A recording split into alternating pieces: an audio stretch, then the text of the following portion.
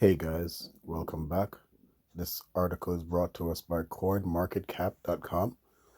Let's dive into this. Ripple's Garland House expects pivotal securities lawsuit decision this year. This article was written by Leo Jacobson. Apparently, it's a 4-minute read, but you know me, I take my time. And this article was written and published 2 days ago. So, in the wake of a flurry of enforcement action against crypto companies by the Securities and Exchange Commission in the recent weeks, Ripple CEO Brad Garlinghouse thinks he's in a better position to spread a simple message: it's time to start paying attention. For one thing, the agency's December 2020 lawsuit arguing this that is crypto payments company as well as Garland House and another Ripple executive personally have been selling an unregistered security in the form of its XRP token should be coming to a head soon.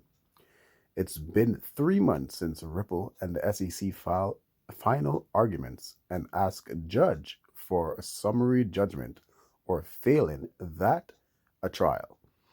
If it's the latter, Garland House told Bloomberg on March 2nd a verdict will probably come this year. For another, that case, SEC versus Ripple, is not really just a case about Ripple or about XRP, Garland House said. It is, he argued, the thin end of the wedge in SEC Chairman Gary Gensler's campaign to label virtually every cryptocurrency except for Bitcoin as a security, and the Ripple lawsuit may be his best chance of creating the precedent of a federal court upholding that judgment.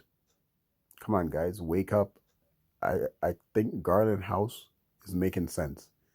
After 2 years and over $100 million trying to stay ahead of this lawsuit against that was brought about by the SEC after ignoring them for years about regulations that the crypto industry sought after.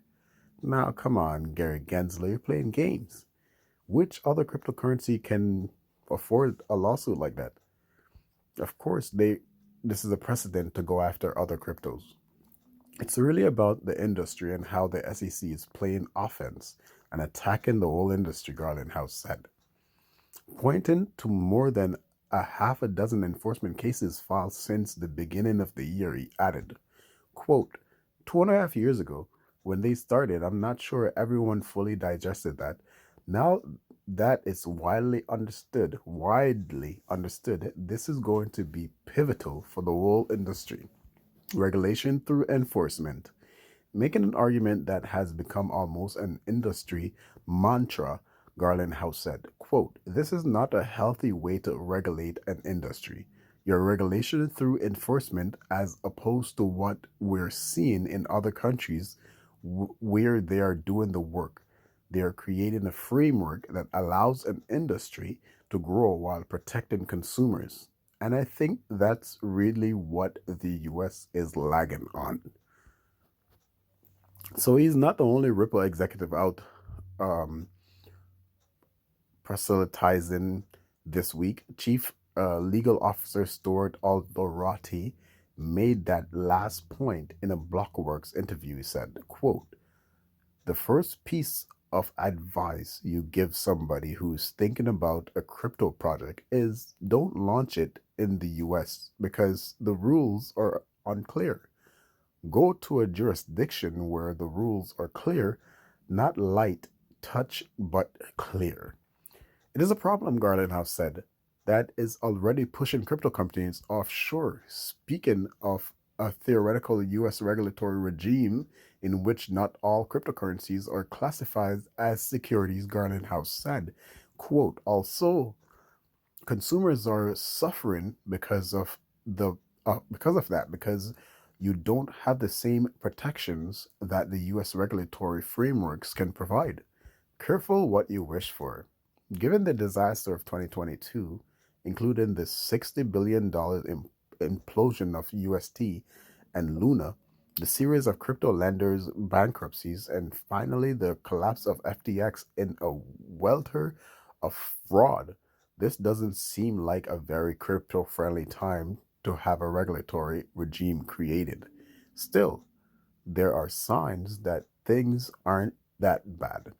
One of the first acts of North Carolina Representative Patrick McHenry as chair of the now Republican controlled House Financial Service Committee was to create a subcommittee on digital assets, financial technology, and inclusion.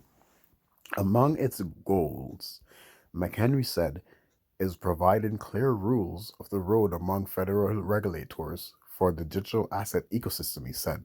Quote, if we can get legal clarity, then we can have legitimate investment dollars come into this technology field.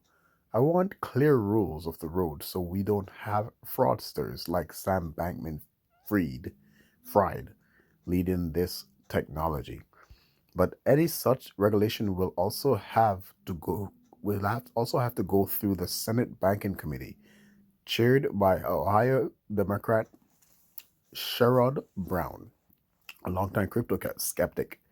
Speaking at a February hearing about the crypto crash, Brown said, quote, these crypto catastrophes have exposed what many of us already knew. Digital assets, cryptocurrencies, stablecoins, and investment tokens are speculative products run by reckless companies that put America's hard earned money at risk. Not surprising from an industry that was created to skirt the rules. It's time now to consider how to protect consumers from unregulated digital assets and ultimately who we want our financial system to serve.